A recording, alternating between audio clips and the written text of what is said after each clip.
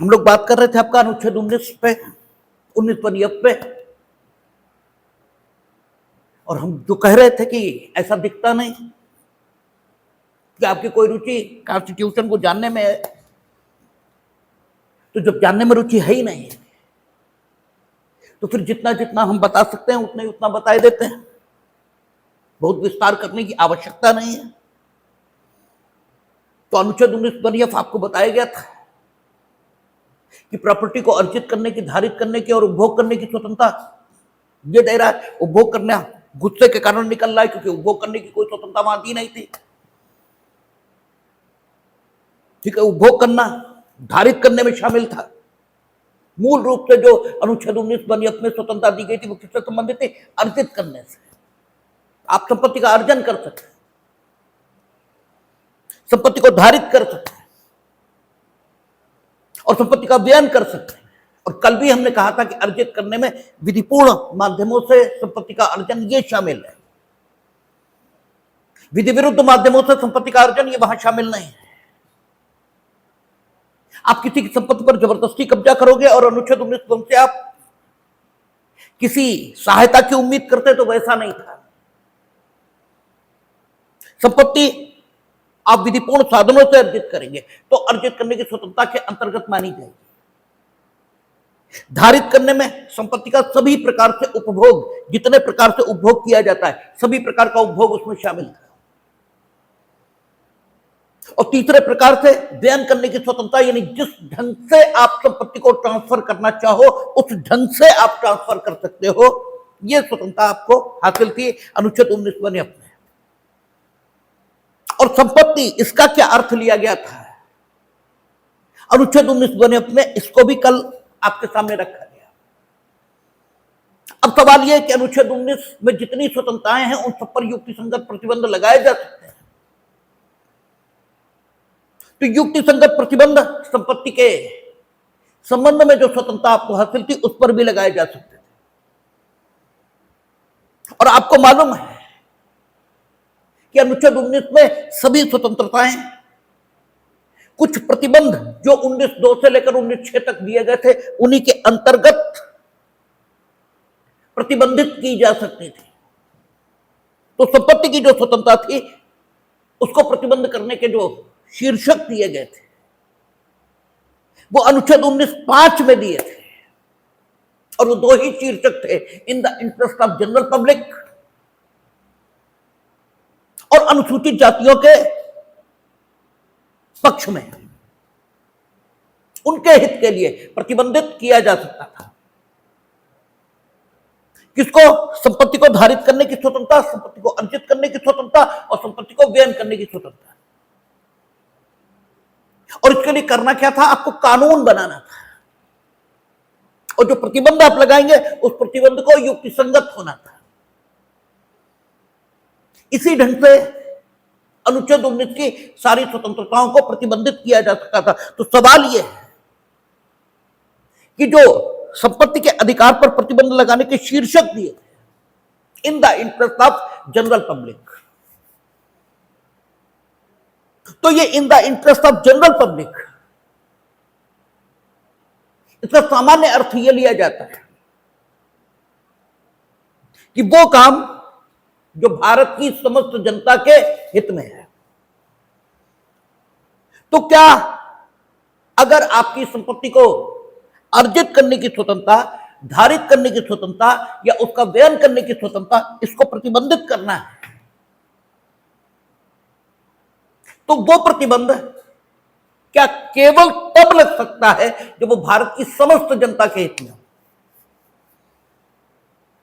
यानी हम railway line बिछाने के लिए आपकी संपत्ति ले लें तब तो ठीक, क्योंकि वो इन the interest of general public माना जाएगा। रेलवे लाइन भारत की समस्त जनता के हित में है। लेकिन अगर लोगों के किसी वर्ग के भले के लिए, यानी एडवोकेट्स के लिए, टीचर्स के लिए, श्रमिकों के लिए, स्त्रियों के लिए, बच्चों के लिए, अगर कोई कल्याणकारी काम करने के लिए हम आपकी स्वतंत्रता जो संपत्ति के संबंध में है उस पर कोई प्रतिबंध लगाना चाहें तो क्या लगा सकते हैं? क्योंकि वो इन the interest of general public तो कहा नहीं जा सकता। ठीक है, वो पब्लिक इंटरेस्ट इसके अंतर्गत आने वाला काम ये कहा जा सकता है, लेकिन इन the interest of general public वो काम किया जा रहा है ऐसा नहीं बोला जा सकता। तो जब 19(1)(f) मौजूद था तो संपत्ति के अधिकार को प्रतिबंधित करने के लिए अगर कोई कानून बन रहा है और वो भारत की समस्त जनता के हित में नहीं है तो क्या उस काम को करने के लिए जो कानून लाया जाता है उसे कानून के तौर पर माना जा सकता था या अनुच्छेद 13 के प्रभाव से वो शून्य हो जाएगा? ये सवाल उठ खड़ा हुआ। अर्थात अनुच्छेद 19(1)(f) इसके अंतर्गत इन the interest of general public इस शब्द का अर्थ क्या है, यह सवाल खड़ा हुआ। तो कोर्ट ने उस समय यह कहा कि in the interest of general public इस शब्द के अंतर्गत जहां तक संपत्ति से संबंधित स्वतंत्रता का सवाल है और जहां तक उसे प्रतिबंधित करने का सवाल है वहां तक इन the interest of general public इसके अंतर्गत पब्लिक इंटरेस्ट इसे भी माना जाएगा। यानी अगर जनता के किसी वर्ग के लिए संपत्ति का अधिग्रहण या संपत्ति की स्वतंत्रता पर प्रतिबंध लगाया जा रहा तो उसके संबंध में यह माना जाएगा कि वो इन the interest of general public लगा है। यद्यपि सामान्य तौर पर इन the interest of general public और पब्लिक इंटरेस्ट अलग अलग बातें हैं। इन the interest of general public इसका मतलब होता है कि भारत की समस्त जनता जिस काम में हितबद्ध है वो काम इन the interest of general public है, और जो काम जनता के किसी विशेष वर्ग को, वो बच्चों का वर्ग हो सकता है, वो स्त्रियों का वर्ग हो सकता है, वो शिक्षकों का वर्ग हो सकता है, वो विद्यार्थियों का वर्ग हो सकता है, जो काम जनता के किसी वर्ग विशेष को लाभ पहुंचा रहा है उसे इन the interest of general public नहीं बल्कि पब्लिक इंटरेस्ट में किया गया काम ये कहा जाता है।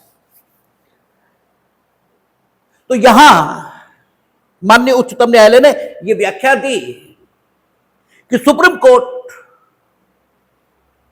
ठीक है, सुप्रीम कोर्ट बोल गए इन the interest of general public की जो व्याख्या ऑनरेबल सुप्रीम कोर्ट ने दी वो ये कि in the interest of general public और पब्लिक इंटरेस्ट ये कम से कम 19(1)(f) के लिए एक ही बात है।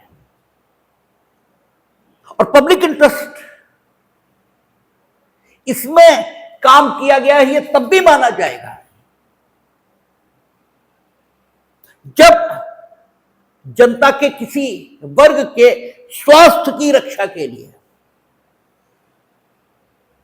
जनता के किसी वर्ग को किसी भी ढंग से कोई सुविधा पहुंचाने के दृष्टिकोण से काम किया गया, माना जाएगा कि वो काम पब्लिक इंटरेस्ट में किया गया। किसी भी ढंग से सुविधा पहुंचाना, चाहे उसके स्वास्थ्य की रक्षा करके, चाहे उसे आने जाने के लिए उपयुक्त साधनों का,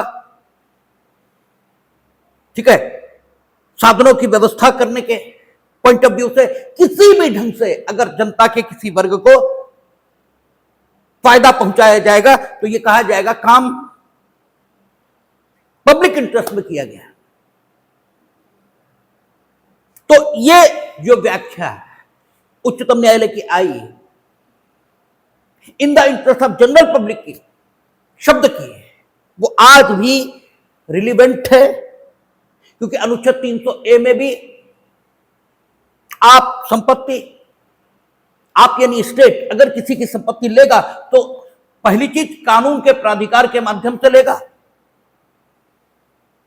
और जिस उद्देश्य के लिए लेगा वो पब्लिक पर्पस होना चाहिए, ठीक है ना। वो किसी व्यक्ति के लिए है, कानून के प्राधिकार से भी उस संपत्ति को नहीं ले सकता। तो पब्लिक पर्पस किसे मानेंगे, इस प्रश्न पर माननीय उच्चतम न्यायालय ने चौकुट डिसाइड किया। अनुच्छेद 19 1 में दी गई स्वतंत्रता पर प्रतिबंध लगाने वाले कानूनों की विधि संगतता को सुनिश्चित करते समय वो आज भी रिलीवेंट बना हुआ है। और उन्होंने कहा कि in the interest of general public माना जाएगा अगर सामान्य जनता यानी भारत की समस्त जनता, ये जनता के किसी एक वर्ग, इनमें से किसी को भी फायदा पहुंच रहा है तो वो माना जाएगा कि in the interest of general public ही काम किया गया है। बंबई की विधायिका एक कानून लाई और उस कानून के माध्यम से उन्होंने क्या किया, एक टैक्स लगाया और उस टैक्स से जो पैसा कलेक्ट होगा उस पैसे के बारे में उन्होंने ये कहा कि इससे वे लोग जो अपने मकानों की मरम्मत नहीं करा सकते और इस क्षमता के अभाव के कारण कि वो अपने मकान की मरम्मत करा पाए, टूटे फूटे गिरताऊ मकानों में रह रहे हैं, उनके मकानों की मरम्मत कराने का काम ये किया जाएगा। इसको 19 के आधार पर चैलेंज किया गया। दो बातें कही गई कि पहली बात, जब टैक्स से पैसा आप लेंगे तो पैसा संपत्ति है, हमें संपत्ति अर्जित करने की स्वतंत्रता है और अर्जित की गई संपत्ति को धारित करने की स्वतंत्रता है और अपने द्वारा अर्जित और धारित संपत्ति को किसी भी ढंग से व्ययित करने की स्वतंत्रता यह भी हासिल है। तीनों हासिल है। और अगर आप मेरी इस स्वतंत्रता पर प्रतिबंध लगाना चाहते हैं तो पहली बात कानून के माध्यम से लगाएंगे और दूसरी बात कानून युक्तिसंगत यह होना चाहिए और तीसरी बात प्रतिबंध भी युक्तिसंगत होना चाहिए और चौथी बात वो ये कि कानून इन the interest of general public होना चाहिए। ये चार बातें होनी चाहिए। अगर ये नहीं है तो आप हमारी संपत्ति को धारित करने की, अर्जित करने की आदि आदि स्वतंत्रताओं पर कोई प्रतिबंध नहीं लगा सकते। अब आपके कानून को देखते हैं। आप हमसे टैक्स के रूप में मेरी संपत्ति ले रहे हैं और दे किसे रहे हैं? ठीक है, बंबई राज्य में पहले महाराष्ट्र का नाम बॉम्बे, स्टेट ऑफ बॉम्बे ये था, बाद में महाराष्ट्र ये हुआ है। ठीक है ना। तो आप दे किसे रहे हैं? इस स्टेट ऑफ बॉम्बे में रहने वाले उन लोगों को जिन्होंने अपने मकानों की मरम्मत कराने में या उनकी ठीक देख रेख करने में उपेक्षा बरती है। अगर उपेक्षा ना बरती होती तो मकान टूटा फूटता नहीं। इसका मतलब यह हुआ कि आप अकर्मण्य लोगों को पुरस्कृत करने जा रहे हैं, पहली चीज। और दूसरी चीज, ये in the interest of general public है, ये नहीं माना जा सकता। ठीक है ना, क्योंकि हमने आपसे जो कहा कि public interest in the interest of general public के अंतर्गत माना जाएगा, ये तो अंतिम निष्कर्ष है ना, ये तो अंत में निष्कर्ष आएगा। शुरुआत जहां से हो रही वहां तो in the interest of general public और पब्लिक इंटरेस्ट ये दोनों अलग अलग बात है। वहां ये बात एक तो नहीं है, तो जो वहां एक बात नहीं है तो अब तो शुरुआत हो रही है। तो उन्होंने कहा कि आप स्टेट ऑफ बॉम्बे, इसमें रहने वाले ऐसे लोग जिन्होंने अपने मकानों की मरम्मत ठीक से नहीं कराई है, उनका रखरखाव ठीक से नहीं किया, उनको पुरस्कृत करने जा रहे हैं उनकी अकर्मण्यता के लिए, इस टैक्स के माध्यम से जो पैसा कलेक्ट होगा उसे उन्हें देकर। और दूसरी बात, ये in the interest of general public नहीं है, बल्कि स्टेट ऑफ बॉम्बे में रहने वाले उन व्यक्तियों के पक्ष में है जिन्होंने अपने मकान की मरम्मत ठीक से नहीं कराई। ये स्टेट ऑफ बॉम्बे के भी सभी लोगों के पक्ष में संपत्ति को देने की व्यवस्था नहीं कर रहा है, इसलिए इसे इन the interest of general public तो कह ही नहीं सकते। ठीक है, और जब इन the interest of general public नहीं कह सकते तो फिर कानून के माध्यम से भले ही आपने प्रतिबंध लगाया हो, प्रतिबंध भले ही युक्ति संगत हो, लेकिन फिर भी ये कानून कॉन्स्टिट्यूशनली सर्वाइव नहीं कर सकता, क्योंकि कानूनी तौर पर यह कानून सर्वाइव करे इसके लिए प्रतिबंध के शीर्षक ये भी संतुष्ट होने चाहिए। कानून, इसके द्वारा लगाया गया प्रतिबंध ये भी युक्ति संगत होना चाहिए, यानी न ज्यादा न कम। इनमें से एक भी कमी अगर कानून में आ गई तो फिर कानून ये असंवैधानिक है। तो कोर्ट ने कहा कि नहीं, ये in the interest of general public ही है, क्योंकि यहां जो in the interest of general public शब्द का प्रयोग हुआ उसके अंतर्गत पब्लिक इंटरेस्ट शामिल है, और पब्लिक इंटरेस्ट का अर्थ होता है लोक व्यवस्था, लोक सुरक्षा, लोक नैतिकता। यह लोक के हित को किसी भी प्रकार से फायदा पहुंचाने वाला काम, अगर लोक के हित को किसी भी प्रकार से फायदा पहुंच रहा है तो उसे पब्लिक इंटरेस्ट में किया गया काम कहा जाएगा, और जो कुछ पब्लिक इंटरेस्ट में है वो इन the interest of general public माना जाएगा, क्योंकि कॉन्स्टिट्यूशन में जो शब्द प्रयुक्त होते हैं उन शब्दों का उदार अर्थान्वयन किए जाने की परंपरा निर्वचन के नियमों के मुताबिक है, इसलिए इन the interest of general public इस शब्द में पब्लिक इंटरेस्ट शामिल माना जाएगा। और पब्लिक इंटरेस्ट का मतलब हुआ जनता के किसी भी एक वर्ग, भले ही सारी जनता के हित में न हो मामला, लेकिन जनता के किसी एक वर्ग के हित में अगर मामला है तो फिर उसे इन the interest of general public किया गया काम माना जाएगा। और आपकी आपत्ति इस कानून के संबंध में जो है वो सिर्फ इतनी है कि ये in the interest of general public नहीं है, क्योंकि ये स्टेट ऑफ बॉम्बे के उन व्यक्तियों के पक्ष में है जिन्होंने अपने मकानों की मरम्मत ठीक से नहीं कराई, सिर्फ उन्हीं व्यक्तियों के पक्ष में। इसलिए आपका कहना यह है कि ये in the interest of general public नहीं है, ये ठीक नहीं बैठता, क्योंकि ये जिन लोगों के पक्ष में है, संपत्ति को दिए जाने की व्यवस्था करता है, वे लोग जानबूझकर अपने मकानों में, ठीक है, इस प्रकार की कमियां उत्पन्न नहीं होने दे रहे हैं। ऐसा नहीं है कि उनके पास पैसे रहे हों और उन्होंने अपने मकान को इस जीर्ण शीर्ण अवस्था में आने दिया हो, वो मजबूर हैं, उनके पास पैसा ही नहीं है।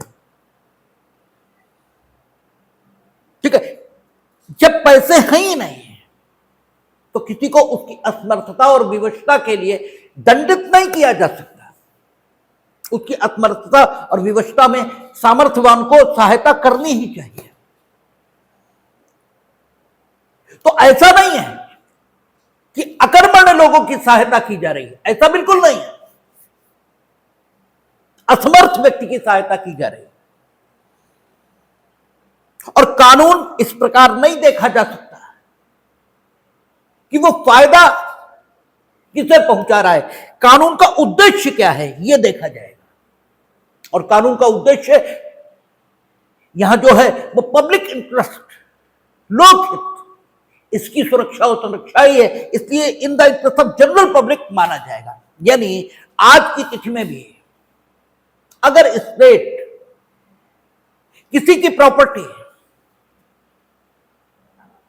जनता के किसी वर्ग उसके हित साधन के लिए कानून के माध्यम से लेता है, तो 19(1) डिसाइड ये केस आज भी इस कानून की संवैधानिकता इसको निर्धारित करते समय सुसंगत रहेगा।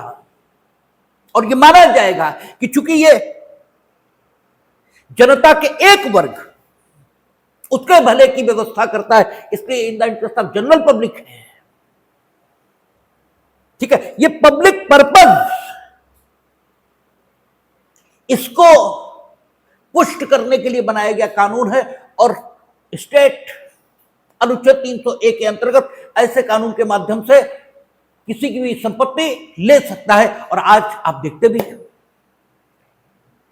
सेम प्रकार की व्यवस्था चल रही है।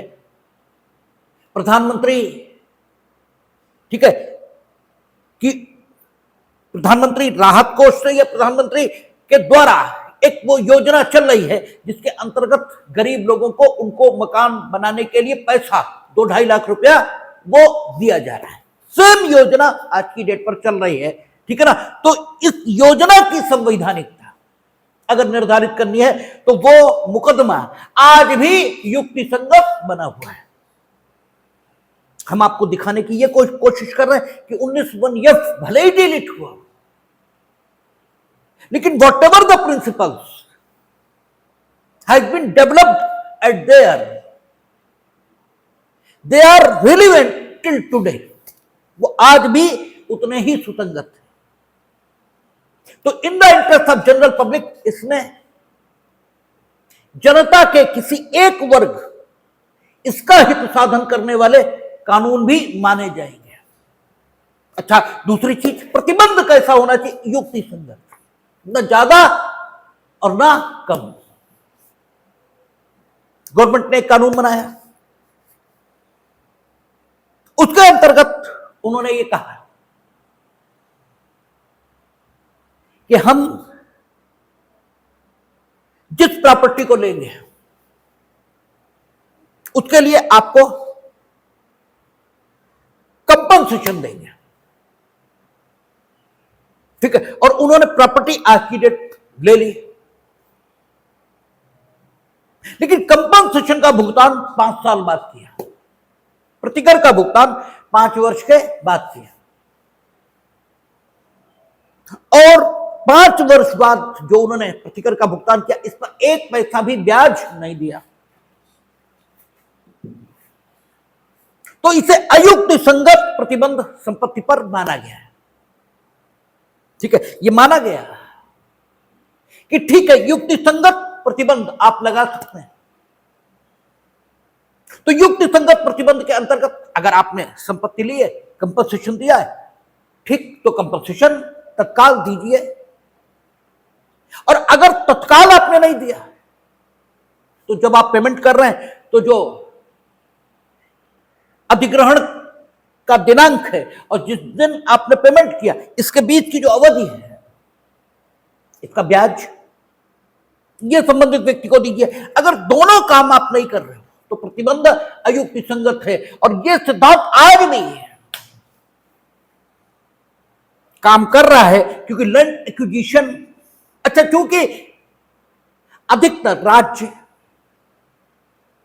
जो लेता है वो भूमि ही लेता है, ठीक है। अधिकतर मामलों में राज्य भूमि ही लेता है, इसलिए अधिकतर उदाहरण, ठीक है, राज्य के द्वारा संपत्ति लिए जाने के संबंध में जो मिलते हैं वे भूमि से संबंधित हैं, ठीक है ना, वे भूमि से संबंधित है। लेकिन इसका मतलब यह नहीं है कि सिर्फ भूमि ही संपत्ति है, ऐसा मतलब बिल्कुल नहीं है। क्योंकि हम लोगों ने जब संपत्ति की परिभाषा देखी थी तो यह बात आई थी कि संपत्ति के अंतर्गत अमूर्त अधिकार जो संपत्ति के संबंध में प्रयोग किए जाते हैं, जैसे स्वामित्व का अधिकार, उपभोग का अधिकार, ये अधिकार भी संपत्ति हैं।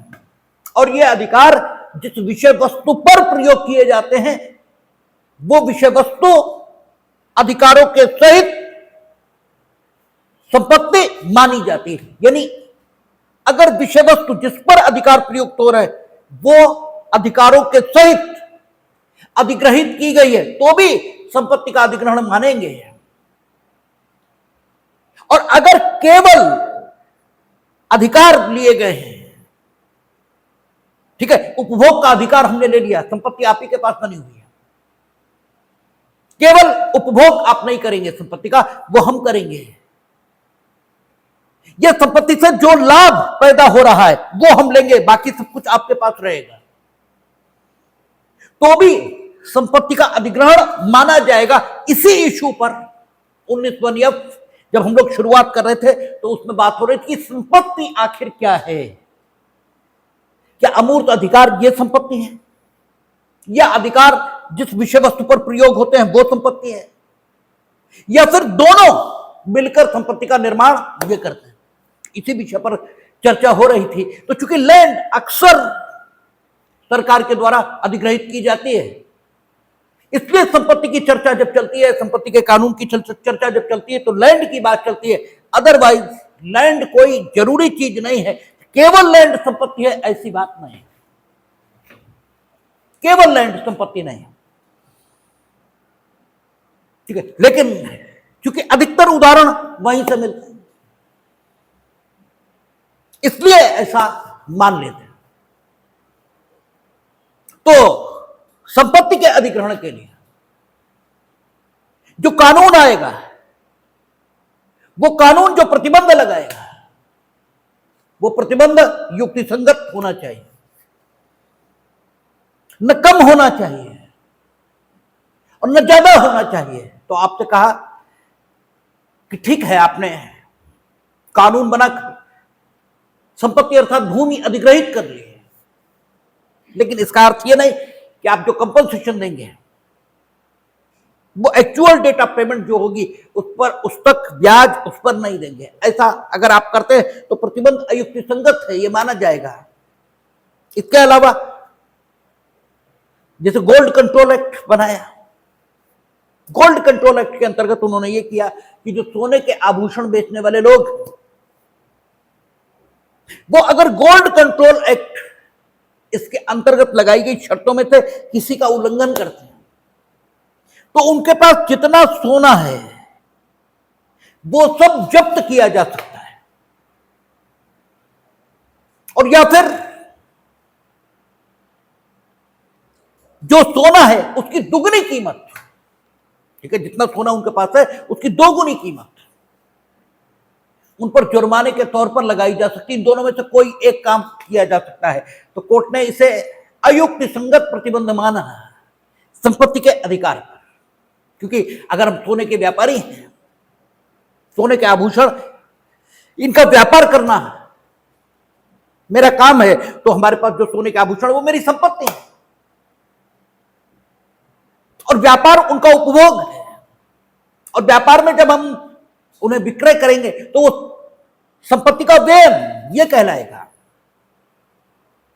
आप उस पर प्रतिबंध लगा रहे हैं। आपका कहना यह है कि आप निश्चित मात्रा में ही और निश्चित प्रक्रिया से ही अपने पास सोना रखेंगे, और आप कहते हैं इस प्रक्रिया का या इस मात्रा संबंधी शर्तों में से किसी का अगर आपने उल्लंघन किया तो हम टोटल सोना जो आपके पास है ये जब्त कर लेंगे, या जो टोटल सोना है उसका 2 गुना हम आपसे जुर्माने के तौर पर लेंगे। ये अयुक्तिसंगत है, ये प्रतिबंध बहुत ज्यादा है। ये अयुक्तिसंगत क्यों है? क्योंकि ये प्रतिबंध बहुत ज्यादा है। हमने एक शर्त का उल्लंघन ही तो किया, तो जब एक शर्त का उल्लंघन किया तो आप कुछ जुर्माना, ठीक है, जो सजा आप देना चाहो वो दो, लेकिन ये सजा बहुत ज्यादा है, इसलिए इस प्रतिबंध को भी अयुक्तिसंगत माना। और ये चीजें आज भी रिलीवेंट बनी हुई हैं, क्योंकि 300A में आप क्या करेंगे? कानून बनाकर कानून के प्राधिकार से किसी व्यक्ति की संपत्ति संबंधी जो स्वतंत्रता है या किसी की जो संपत्ति है उसका अधिग्रहण आप कर पाएंगे, तो कानून जिसके माध्यम से आप किसी के पास मौजूद संपत्ति का अधिग्रहण करेंगे, उस कानून में क्या विशेषताएं हों, क्योंकि कानून अयुक्ति संगत नहीं हो सकता। ठीक है, कानून अयुक्ति संगत नहीं हो सकता। कानून का मतलब है जो युक्ति संगत है। ठीक है ना, कानून का मतलब ही ये होता है। हमने आपसे कई बार चर्चा की कि किसी भी शब्द के जो अंतर्निहित अर्थ होते हैं, आदमी का मतलब आदमी होता है, आदमी का मतलब एक वहशी आदमी नहीं होता, आदमी का मतलब आदमी ही होता है। ठीक है, बच्चे का मतलब बच्चा होता है, बच्चे के आवश्यक गुण हैं, वो भोला होता है, वो कपटी नहीं होता है, वो झूठ नहीं बोलता है। ठीक है, तो बच्चे में बच्चे के गुण अगर नहीं है तो आयु के आधार पर किसी को बच्चा नहीं कहा जा सकता। ठीक है, बच्चा आयु के आधार पर नहीं होता, समझ के आधार पर होता है। ठीक है, आपने पिक्चर देखी है,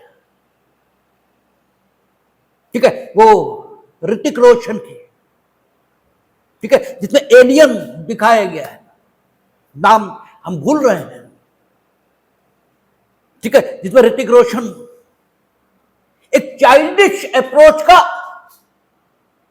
वयस्क व्यक्ति है, यह दिखाया गया। ठीक है ना, तो कहते हैं इसकी बुद्धि का विकास नहीं हुआ, ये बच्चों जैसी बुद्धि आज भी इसकी है, अप्रोच चाइल्डिश। तो उम्र से बच्चा नहीं होगा, समझ से बच्चा होगा। तो हर चीज में अपने अंतर्निहित गुण है। तो कानून मतलब जो युक्ति संगत है। तो यह बात जो कही गई कि आप अगर संपत्ति लेने के संबंध में कोई कानून बना रहे हैं तो उस कानून में युक्ति संगतता होनी चाहिए। यह बात आज भी अनुच्छेद 301 के अंतर्गत जब यह बात आएगी कि कानून के प्राधिकार से आप किसी भी व्यक्ति की संपत्ति ले सकते हैं, तो कानून की विशेषताएं निर्धारित करते समय ये चीजें रिलेवेंट हो जाएंगी। कानून अगर अत्यधिक प्रतिबंध लगा रहा है तो उस कानून को युक्ति संगत नहीं कहा जा सकता। और कानून द्वारा अधिरोपित प्रत्येक प्रतिबंध कानून को अयुक्ति संगत बनाता हो, ऐसा भी नहीं है। युक्ति संगत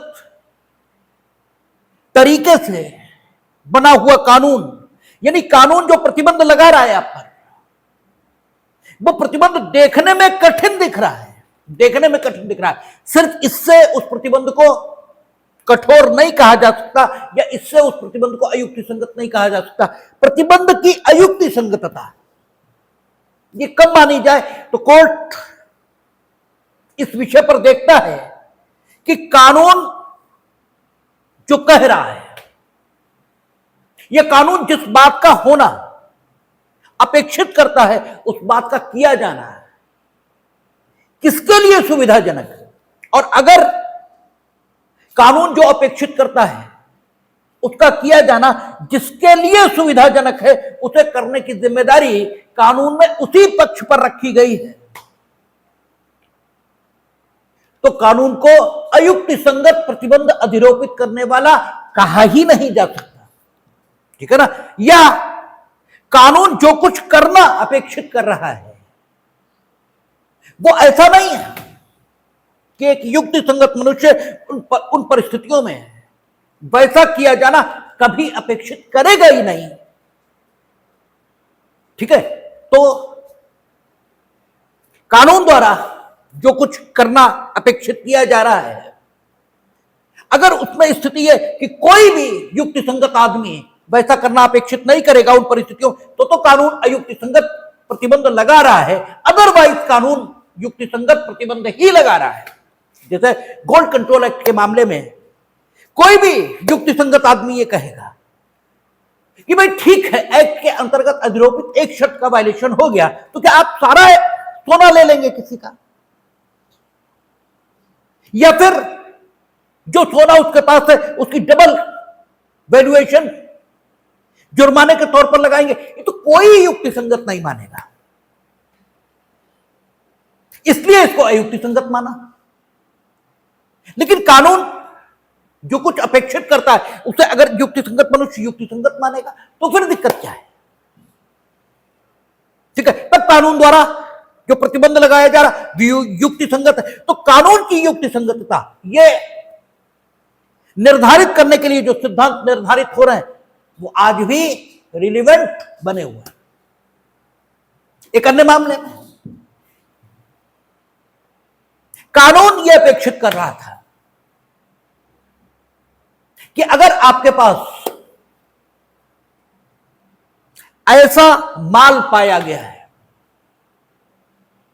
ठीक है, जिस पर टैक्स लगता है, ठीक है ना, और आप टैक्स के बारे में समुचित समाधान नहीं कर पा रहे, ठीक है ना, जो टैक्सिंग इंस्टीट्यूट होते हैं वो कुछ स्रोतों से आई हुई संपत्ति को टैक्स के भार से मुक्त करते हैं और शेष संपत्ति को टैक्स के अंतर्गत लाते हैं, ठीक है ना। जैसे खेती से जो इनकम हो रही वो इनकम टैक्स के दायरे से बाहर है, ठीक है, लेकिन अन्य स्रोतों से जो इनकम हो रही है वो इनकम टैक्स के दायरे के भीतर है। तो एक इंस्टीट्यूट बनाया गया, वो ये कह रहा था कि अगर तुम्हारे पास कोई संपत्ति पाई गई है और उस पर टैक्स का भुगतान नहीं हुआ तो वो तुम्हारे पास कहां से आई है, इसे साबित करने का भार तुम पर होगा। तुम बताओगे कि ये संपत्ति का स्रोत क्या है, और अगर तुम्हारे द्वारा बताया गया स्रोत, उस संपत्ति का स्रोत प्रमाणित होता है साक्ष्य से, ठीक है, आप कहते हो ये खेती से हमने अर्जित की, कै बीघे खेती भाई तुम्हारे पास है, तुम कहते हो एक भी बीघे नहीं, चलो नहीं है कोई बात नहीं, क्योंकि खेती तो बेची भी जा सकती है। जिस समय ये संपत्ति पैदा हुई क्या उस समय तुम्हारे पास खेती थी? क्या उस समय खेती थी? चलिए आपके पास नहीं थी, क्या किसी से आपने पटके पर खेती ली थी? ये भी है, जो लैंड लॉज हैं उसमें कुछ भूमिधरों को अपनी संपत्ति, अपनी खेती दूसरों को पटके पर देने की सुविधा ये दी गई। वो सैनिक हैं, विधवाएं हैं, विकलांग व्यक्ति हैं, ठीक है ना। तो क्या आपने इन फैक्ट ये संपत्ति खेती से अर्जित की? अगर आप इसे साबित कर पाते हैं, ठीक है ना, तो आपकी संपत्ति पर टैक्स नहीं लगना चाहिए। लेकिन अगर साबित नहीं कर पा रहे तब तो लगना चाहिए। तो उस एक्ट ने यह कहा। अच्छा, सामान्य नियम क्या होता है? हम अगर आप पर कोई आरोप लगा रहे हैं तो हमें ही साबित करना होगा कि मेरा आरोप ठीक है। सामान्य नियम यह है। अगर हम कहते हैं कि आप चोर हैं, आपने अमुक संपत्ति पर टैक्स नहीं दिया, तो हमें साबित करना होगा कि आपने अमुक संपत्ति पर टैक्स नहीं दिया, ठीक है। लेकिन यहां कानून ने स्थिति बदल दी। कानून ने कहा कि जो संपत्ति का स्वामी है उसे यह बताना पड़ेगा कि संपत्ति किस स्रोत से आई, और अगर उस स्रोत पर टैक्स लगता होगा, ठीक है, तो आपने टैक्स की चोरी की है, और अगर नहीं लगता है तो बात ही खत्म है। इस कानून के बारे में कहा गया कि साबित करने के संबंध में साक्ष्य विधि में जो सामान्य नियम है उनके विरोध में है ये कानून, इसलिए ये अयुक्ति संगत है। कोर्ट ने कहा नहीं, बिल्कुल युक्ति संगत है। क्योंकि कानून की युक्ति संगतता निर्धारित कैसे होगी? निर्धारण का तरीका हमने आपसे कहा कि निर्धारण का जो तरीका है वो ये कि कानून जो कुछ किया जाना अपेक्षित करता है वो कृत्य है किसके द्वारा सुविधाजनक ढंग से किया जा सकता है, अगर उस कृत्य को करने की जिम्मेदारी उसी व्यक्ति पर रखी गई है तो यह माना जाएगा कि कानून युक्ति संगत है। क्योंकि जो आसानी से जिस काम को कर सकता है वो उस काम को करे, इसमें बुराई क्या है? कानून तो सत्य के अन्वेषण की बात कर रहा है, तो सत्य का अन्वेषण जिसके माध्यम से ठीक से हो सकता है वो करे। तो उन्होंने कहा कि ये जो बात कही गई है कि आप बताओगे कि आपके पास जो संपत्ति है वो किस स्रोत से आई है, इसमें बुराई क्या है? आप अधिक अच्छी तरह बता सकते हो कि आपके पास संपत्ति कहां से आई है, ठीक है। इसकी तुलना में कि दूसरा ये बताए कि आपके पास संपत्ति कहां से आई, दूसरे को बहुत कठिनाई होगी, आपको आसानी होगी। और आप तो यही कहते हो ना कि हमने वैध स्रोतों से, अर्थात ऐसे स्रोतों से संपत्ति का अर्जन किया जिन पर टैक्स नहीं लगता, तो आप बता दो, ठीक है। आप तो भले आदमी हो, आप कहिए रहे कि हम भले आदमी, तो प्रमाणित कर दो कि हम भले आदमी। अपने को भला प्रमाणित करना आपके लिए अधिक आसान है या इनके लिए? इनके लिए तो आसान नहीं है। तो कोर्ट ने कहा कि ये जो प्रतिबंध लगाया गया, ये चूंकि साक्ष्य से संबंधित प्रतिबंध है और एक काम उसी व्यक्ति से करने की अपेक्षा रखता है जो काम जिस व्यक्ति के द्वारा सुविधा पूर्वक किया जा सकता है, इसलिए यह कानून युक्ति संगत प्रतिबंध अधिरोपित कर रहा है, ठीक है। तो कानून की युक्ति संगतता के संबंध में ये जो सिद्धांत विकसित होकर आ रहे हैं कि अगर कानून उसी व्यक्ति पर उस काम को करने का बोझ रख रहा है जिसको करने में संबंधित व्यक्ति को अधिक सुविधा होगी, तो कानून को अयुक्ति संगत नहीं कह सकते। हां, कानून अगर कुछ ऐसा करने की बात कर रहा है जैसा उस परिस्थिति में कोई युक्ति संगत मनुष्य नहीं करेगा, तो फिर कानून अयुक्ति संगत प्रतिबंध लगा रहा है और वैसे कानून के माध्यम से संपत्ति का अर्जन नहीं किया जा सकता जैसा गोल्ड कंट्रोल एक्ट के मामले में हुआ। एक चीज और, संपत्ति जो आप में पहले निहित हो गई, यानी 1970 में एक संपत्ति आप में निहित हो गई, यानी आप उसके स्वामी हो गए, और 2025 में हम कानून बनाकर वो संपत्ति आपसे ले लें।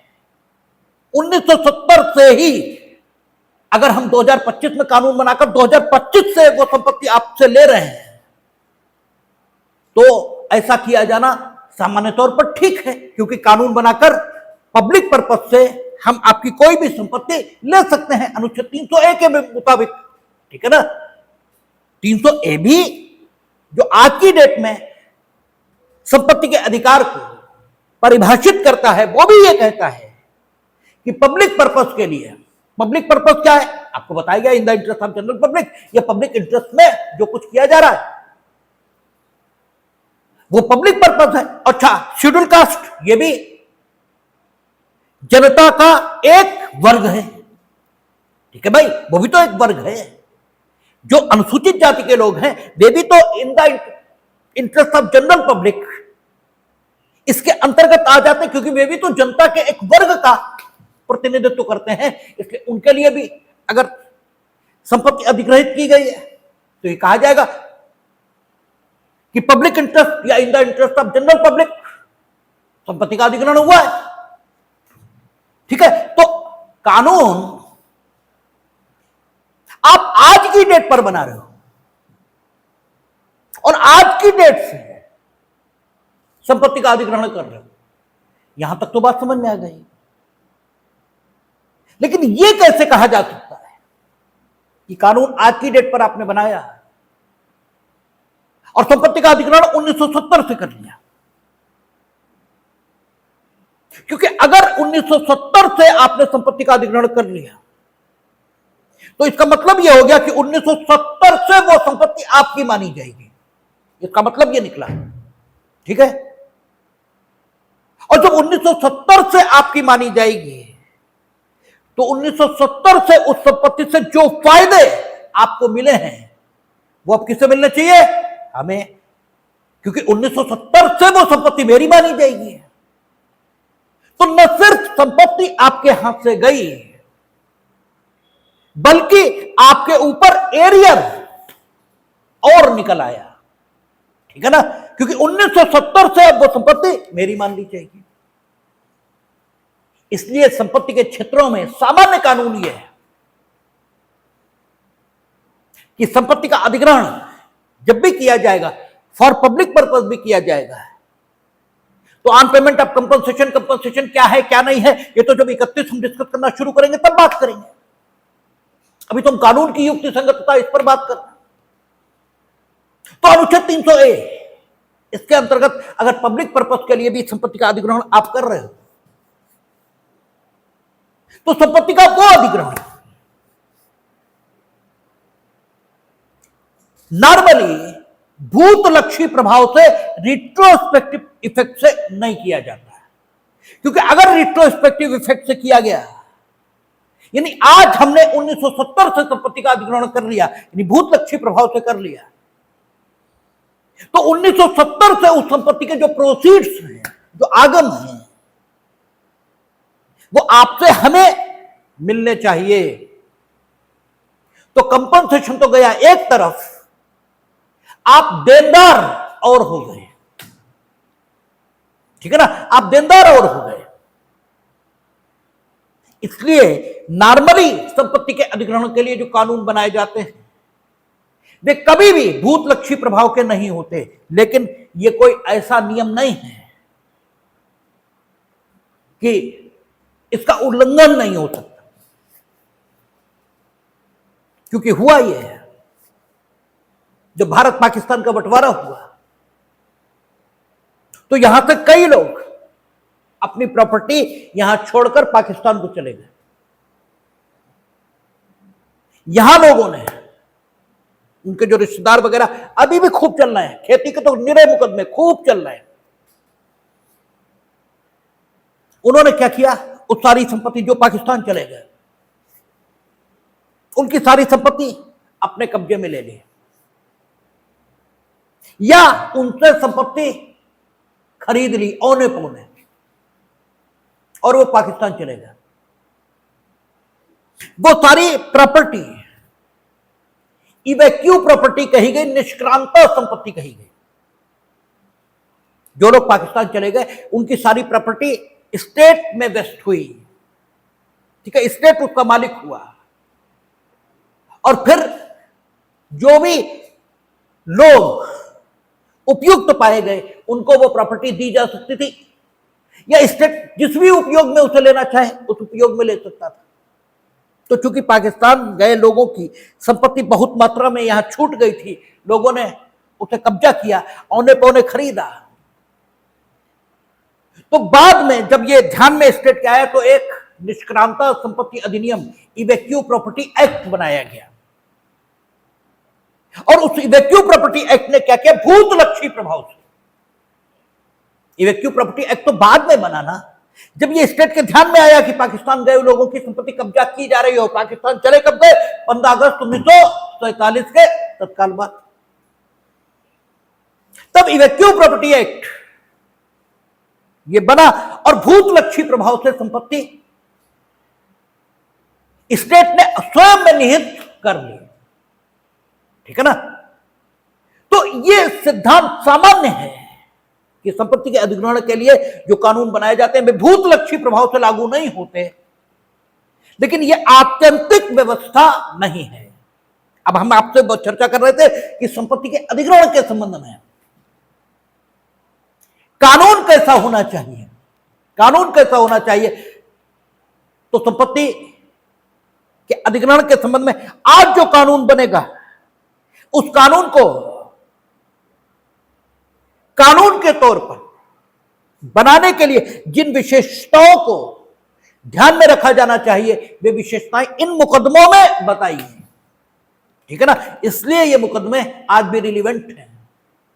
यानी संपत्ति के अधिग्रहण के लिए जो कानून बनेगा वो युक्ति संगत होना चाहिए, और युक्ति संगत कानून की क्या विशेषताएं होती हैं ये बताया जा रहा है कि उसे उस काम को उसी व्यक्ति पर करने का भार रखना चाहिए जिस व्यक्ति को संबंधित काम को करने में अधिक सुविधा हो।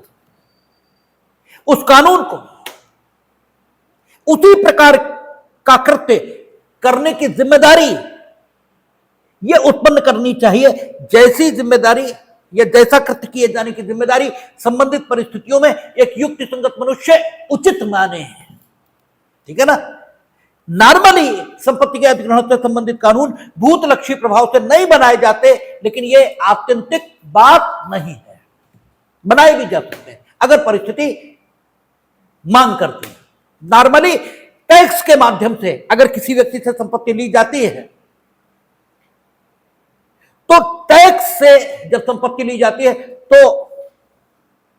टैक्सिंग इंस्टीट्यूट को अयुक्ति संगत नहीं कहा जाता, लेकिन टैक्सिंग इंस्टीट्यूट यह भी अयुक्ति संगत माना जा सकता है अगर टैक्सिंग इंस्टीट्यूट में कर की गणना करने यानी टैक्स का असेसमेंट करने और टैक्स असेसमेंट के खिलाफ अपील आदि के माध्यम से सुनवाई का अधिकार यह करदाता या टैक्स पेयर को नहीं दिया गया, तो टैक्स के माध्यम से संपत्ति की लिए जाने की व्यवस्था करने वाला कानून भी अयुक्ति संगत माना जा सकता है। यह सिद्धांत विकसित होकर है, यानी टैक्स के माध्यम से अगर संपत्ति आप अर्जित करना चाहते हैं कर सकते हैं, लेकिन उस कानून में टैक्स असेसमेंट की प्रक्रिया, कर के निर्धारण की प्रक्रिया यह आपको बतानी पड़ेगी। और कर के निर्धारण की प्रक्रिया जब आप चलाएंगे तो जो करदाता है यानी टैक्स पेयर है उसे भी अपनी आपत्ति प्रस्तुत करने का हक यह होना चाहिए। और फिर जो आप उसकी आपत्ति का निस्तारण करेंगे, उस आपत्ति के निस्तारण के विरुद्ध उसे अपील प्रस्तुत करने का हक यह भी होना चाहिए। अदरवाइज यह कानून युक्ति संगत नहीं माना जाएगा। और अगर कानून युक्ति संगत ना माना गया तो कानून की आवश्यक विशेषता युक्ति संगतता है उसकी, तो वो कानून ही नहीं माना जाएगा, उसे कानून ही नहीं कह सकते, और फिर उसके माध्यम से संपत्ति का अधिग्रहण यह नहीं हो सकता। ठीक है ना। और कानून संपत्ति का अधिग्रहण कर रहा है यह तब भी कहा जाएगा जब संपत्ति अधिकारों सहित अधिग्रहित की जा रही है, या संपत्ति पर उपयोग होने वाला कोई एक अधिकार या संपत्ति का कोई एक लाभ यह अधिग्रहित किया जा रहा, तो भी संपत्ति का अधिग्रहण किया जा रहा है यह कहा जाएगा। और संपत्ति का अधिग्रहण चाहे संपूर्ण संपत्ति का हो, चाहे उसके किसी एक अधिकार का कंपनसेशन, इसे देकर ही अधिग्रहित किया जा सकता है आज भी। ठीक है। तो जो कंपनसेशन है या जो संपत्ति का अधिग्रहण है, यह संपत्ति से उत्पन्न होने वाले लाभों पर अगर कोई प्रतिबंध लगाया गया है तो वो प्रतिबंध न तो कम और न ज्यादा होना चाहिए, अर्थात वो युक्ति संगत होना चाहिए। कब कब ये दशाएं हैं, इस विषय पर ये मुकदमे आज भी रिलीवेंट बने हुए, आप ये भी जानते हैं कि विवेक का अधिकार, राइट टू डिस्क्रिप्शन, ये देने से अथॉरिटीज को कानून अयुक्ति संगत नहीं कहा जा सकता, क्योंकि आज की तिथि पर आपको विवेक के अधिकार अथॉरिटीज को देने होंगे। जैसे क्या लिखा आपने 302 में, जो अब 103 हो गया कि जो कोई हत्या करेगा उसे या तो मृत्युदंड या आजीवन कारावास दिया जाएगा। यानी डिस्क्रिप्शन है कोर्ट के पास कि वो मृत्युदंड दे दे या आजीवन कारावास दे दे, और उन परिस्थितियों का उल्लेख नहीं किया गया है जिनमें मृत्युदंड दिया जाए या जिनमें आजीवन कारावास दिया जाए। हालांकि उच्चतम न्यायालय ने डिस्क्रिप्शन का इस्तेमाल किस तरह किया जाए इसके संबंध में विभिन्न मुकदमों में सिद्धांत विकसित किए हैं, लेकिन जब पहली बार मृत्युदंड या आजीवन कारावास देने वाला कानून बना तो डिस्क्रिप्शन यानी विवेक यही दिया गया ना, यही दिया गया। इसका मतलब विवेक का अधिकार देने से कोई भी कानून अयुक्ति संगत नहीं होता। लेकिन अगर विवेक के इस्तेमाल के लिए यानी विवेक का प्रयोग आपको किन परिस्थितियों में करना चाहिए वो भी स्टैट्यूट में नहीं बताया गया, तो स्टैट्यूट अनकॉन्स्टिट्यूशनल ये भी हो सकता है। तो ये जो सिद्धांत है आज भी युक्ति संगत बना हुआ है, क्योंकि आज भी कानून के माध्यम से आप संपत्ति के अधिकार पर प्रतिबंध लगा सकते हैं, अर्थात संपत्ति का अधिग्रहण ये कर सकते हैं अनुच्छेद 300A में। तो 19(1)(f) जब था, तो जब अगर ऐसे कानून बने जिसमें प्रशासनिक अधिकारियों की या उच्चाधिकारियों को व्यक्तियों की जो व्यक्तिगत संपत्ति थी उसमें हस्तक्षेप का अधिकार, यानी व्यक्तियों की जो संपत्ति अर्जित करने की स्वतंत्रता थी, उसका उपभोग करने की स्वतंत्रता थी, उसका व्ययन करने की स्वतंत्रता थी, उस पर हस्तक्षेप या उस पर प्रतिबंध लगाने के लिए अधिकृत करने संबंधी कानून बनाकर अगर किसी प्रशासनिक अधिकारी को यानी किसी एडमिनिस्ट्रेटिव ऑफिसर को अधिकार दिया गया है और वो किन परिस्थितियों में संपत्ति के इस स्वतंत्रता पर या संपत्ति के इस अधिकार पर प्रतिबंध लगा सकता है या स्वतंत्रता में हस्तक्षेप कर सकता है, ये कहें, ये बात स्टैट्यूट में नहीं बताई गई, तो ऐसे स्टैट्यूट को भी उन्होंने अनकॉन्स्टिट्यूशनल कहा है। और ये बात भी आज रिलीवेंट है, यानी आज भी अगर ये कहा गया कि जिला मजिस्ट्रेट महोदय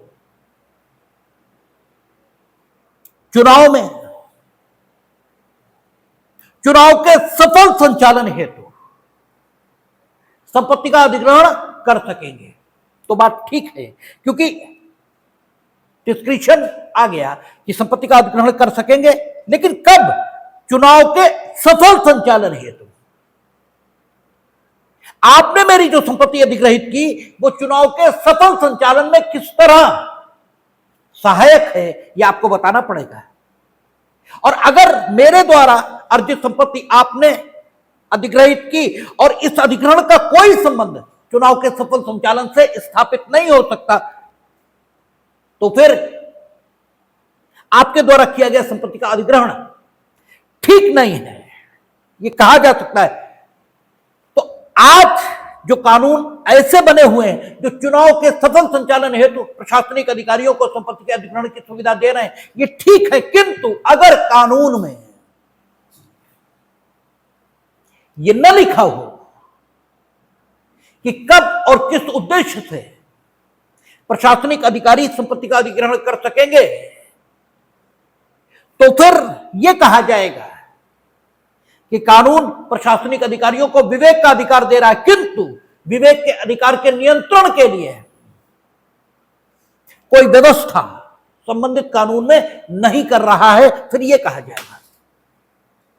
अगर कानून में यह लिखा हो कि जब कभी डिस्ट्रिक्ट मजिस्ट्रेट को यह लगे कि संपत्ति का अधिग्रहण किया जाना चाहिए, तो वह संपत्ति का अधिग्रहण कर सकेगा, ये तो कोई बात ही नहीं हुई, तो कोई बात ही नहीं हुई। भाई क्यों, किस उद्देश्य से? आप विवेक का अधिकार दे रहे हैं और विवेक के अधिकार के मार्गदर्शन के लिए कोई सिद्धांत ये दे ही नहीं रहे। यह बात ठीक है कि चुनाव के सफल संचालन हेतु, यह बात ठीक है, विवेक का अधिकार आपने दिया, साथ में उस विवेक के अधिकार के उपभोग के लिए आपने व्यवस्था भी की कि चुनाव के सफल संचालन हेतु, और साथ ही अधिनियम में, अच्छा चलो आपने ये लिख दिया चुनाव के सफल संचालन हेतु डिस्ट्रिक्ट मजिस्ट्रेट ऐसा कर सकेंगे। लेकिन अगर एक्ट के अंतर्गत ऐसी संपत्ति अधिग्रहित की गई जिसका चुनाव के सफल संचालन से कोई मतलब नहीं है, ठीक है, तो शिकायत करने की व्यवस्था यह भी तो एक्ट में होनी चाहिए। आपने खाली एक्ट में यह लिख दिया कि चुनाव के सफल संचालन हेतु डिस्ट्रिक्ट मजिस्ट्रेट अधिग्रहण कर सकेंगे, तो एक्ट इतने से ही संवैधानिक तो नहीं हो जाएगा, ठीक है ना। क्यों संवैधानिक क्यों नहीं होगा? इसलिए क्योंकि कानून का मतलब होता है युक्ति संगत। इसे अभी भी युक्ति संगत नहीं कह सकते, क्योंकि आपने विवेक का अधिकार दिया डिस्ट्रिक्ट मजिस्ट्रेट को, ठीक है दे सकते हैं आप, क्योंकि उसके बिना आज की तिथि पर काम भी नहीं चलना। उस विवेक के अधिकार के उपयोग के लिए मार्गदर्शक नियम ये भी आपने दिए चुनाव के सफल संचालन हेतु, ठीक है। लेकिन अगर डिस्ट्रिक्ट मजिस्ट्रेट ने ऐसी संपत्ति का अधिग्रहण किया जिसका चुनाव के सफल संचालन से कोई ताल्लुक नहीं, तो शिकायत की व्यवस्था ये तो आपने नहीं की। और अगर शिकायत की व्यवस्था आपने नहीं की है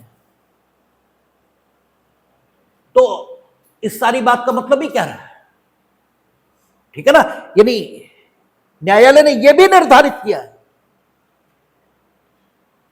कि अगर संपत्ति के अधिग्रहण के लिए कानून बनाया जाए, ठीक है, और संपत्ति को अधिग्रहित करने का विवेक पर आधारित अधिकार किसी प्राधिकारी अथवा प्रशासनिक अधिकारी को दिया जाए, तो वो विवेक का अधिकार किन परिस्थितियों में उपयोग किया जाएगा, वे परिस्थितियां भी विधायिका द्वारा बताई जाए। और उन परिस्थितियों में विवेक के अधिकार के अतिलंघन अथवा उल्लंघन होने की दशा में कानून में यह भी बताया जाना चाहिए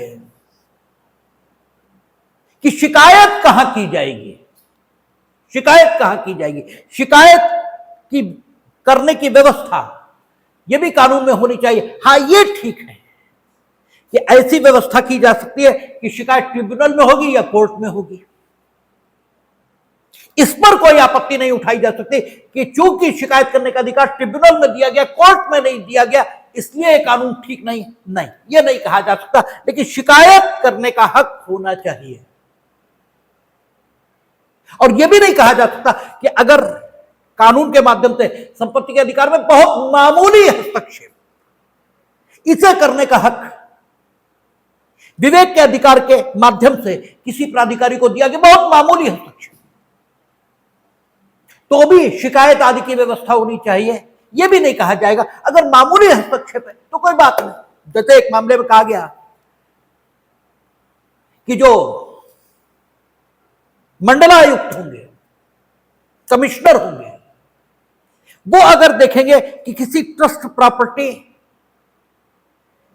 का अधिक अच्छा उपयोग अमुक प्रकार से काम किए जाने पर हो सकता है, तो वो ये निर्देश दे सकेंगे ट्रस्टीज को कि आप ट्रस्ट प्रॉपर्टी का उपयोग अमुक तरीके से करें ताकि ट्रस्ट के जो उद्देश्य हैं वो और अधिक अच्छे ढंग से प्राप्त किए जा सके। तो यहां हस्तक्षेप तो हुआ संपत्ति के अधिकार से, ठीक है ना, क्योंकि संपत्ति अर्जित करने की, उपभोग करने की हमें अनन्य स्वतंत्रता है, दैनिक करने की भी, लेकिन वो उपभोग के अधिकार में इतना मामूली हस्तक्षेप है कि अगर इसमें शिकायत करने की व्यवस्था नहीं भी है तो काम चलेगा।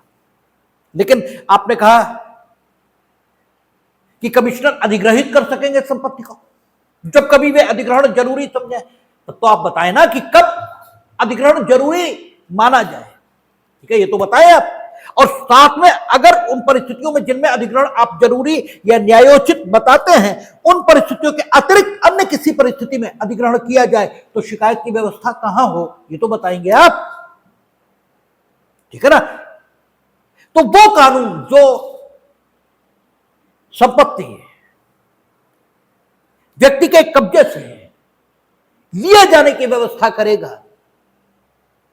ठीक है ना, चाहे परमानेंटली और चाहे अस्थायी रूप से, उस कानून को स्वयं में कैसा होना चाहिए, इसके संबंध में जो कुछ अनुच्छेद 19 में डिसाइड हुआ वो आज भी रिलेवेंट बना हुआ है कि कानून युक्ति संगत होना चाहिए। युक्ति संगत कानून किसे कहते हैं कि अगर उसमें विवेक का अधिकार दिया है तो विवेक का अधिकार किन परिस्थितियों में इस्तेमाल होगा यह भी होना चाहिए, और अगर उन परिस्थितियों में इस्तेमाल न हो तो शिकायत करने का हक यह भी होना चाहिए। शिकायत करने का फोरम कोर्ट है या ट्रिब्यूनल है, इससे फर्क नहीं पड़ता, लेकिन शिकायत करने का हक होना चाहिए, तभी उस कानून को युक्ति संगत कहा जाएगा।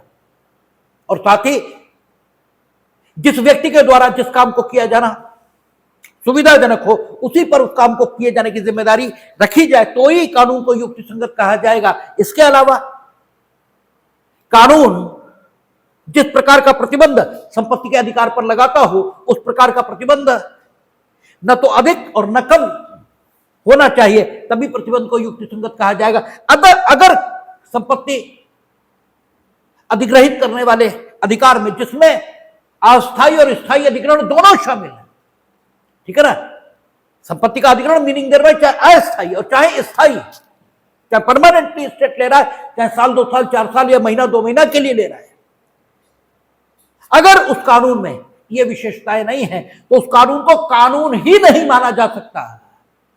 और जब कानून ही नहीं माना जा सकता तो 300A तो ये कहता है कानून के प्राधिकार से आप संपत्ति लेंगे। तो अगर इन विशेषताओं को धारित करने वाले कानून के माध्यम से आपने संपत्ति नहीं ली तो ये कैसे कहा जा सकता है कि आपने कानून के माध्यम से संपत्ति ली है। तो 19 पर जो कुछ डिसाइड हुआ वो आज भी सुसंगत बना हुआ है। ये आपका 19 जो पहले था और वो आज किस प्रकार सुसंगत है, ये बात आपके सामने रखी गई। कल हम लोग अनुच्छेद 31 पर बात करेंगे कि जब कॉन्स्टिट्यूशन फ्रेम हुआ तो अनुच्छेद 31 की क्या स्थिति थी और आज अनुच्छेद 31 किस रूप में है, और जब अनुच्छेद 31 डिलीट हुआ, ठीक है, तब अनुच्छेद 31 की क्या स्थिति थी, और जब अनुच्छेद 31 बना और जब डिलीट हुआ, इस बीच जो परिवर्तन हुए वे किस किस तरह हुए और क्यों हुए, इस पर बात करेंगे, देखेंगे।